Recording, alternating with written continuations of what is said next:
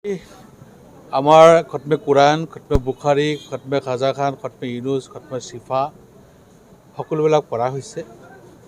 যিসকল মানুহ বেমাৰত আক্ৰান্ত সেইসকলক যাতে বেমাৰৰ পৰা আল্লাহ তাআলাই ৰেহাই কৰে, যিসকল বিপদগ্ৰস্ত সেই বিপদগ্ৰস্তসকলক যাতে বিপদৰ পৰা মুক্তি কৰে, যিসকল অভাৱগ্ৰস্ত সেইসকল অভাৱৰ পৰা যাতে মুক্ত কৰে, যিসকল অন্যায় অত্যাচাৰত ভুগি আছে তেওঁলোক যাতে হেফাজত কৰে।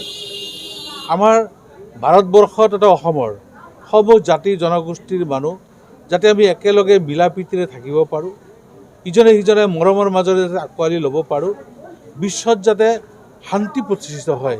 আৰু সেই বিশ্ব শান্তি প্ৰতিষ্ঠাৰ বাবেই আজি এই ধৰণৰ আমাৰ খতমে কুৰাণ, খতমে বুখাৰী, খতমে খাজা খান, খতমে আম্বিয়া, খতমে চিফা পঢ়া হৈছে।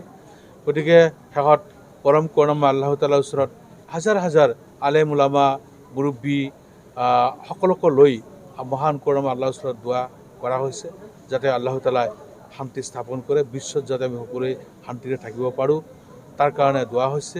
আৰু আজি আৰু বিশেষ এটা দিন, আমাৰ অসম প্ৰদেশ কংগ্ৰেছ কমিটিৰ মাননীয় সভাপতি গৌৰৱ গগৈ ডাঙৰীয়াৰো জন্মদিন, আৰু সেই জন্মদিন উপলক্ষেও মহান কৰুণাময়ৰ ওচৰত আমি প্ৰাৰ্থনা কৰিছোঁ যাতে তেওঁক আল্লাহ তাআলাই শক্তি দিয়ে, যাতে ধৰ্মনিৰপেক্ষ শক্তিৰ বাহক হিচাপে তেওঁ যাতে ধৰ্মনিৰপেক্ষতা বজাই ৰাখি অসম তথা ভাৰতবৰ্ষত যাতে শান্তিৰ প্ৰতিষ্ঠাৰ দিশত তেওঁ আগবাঢ়ি যাব পাৰে তাৰেই আল্লাহৰ ওচৰত প্ৰাৰ্থনা কৰা হৈছে। সেই কথাটো আজিৰ দিনত মই নকওঁ, যিহেতু আজি আমি এটা পবিত্ৰ অন্তৰ লৈ, পবিত্ৰ মন লৈ, পবিত্ৰ মছজিদত বহি আমি পৰম কৰুণাময় আল্লাহ তাআলাক পাবৰ কাৰণে, আল্লাহ তাআলাৰ সান্নিধ্য পাবৰ কাৰণে আমি ইবাদতত আছিলোঁ, দোৱাত মছগুল আছিলোঁ।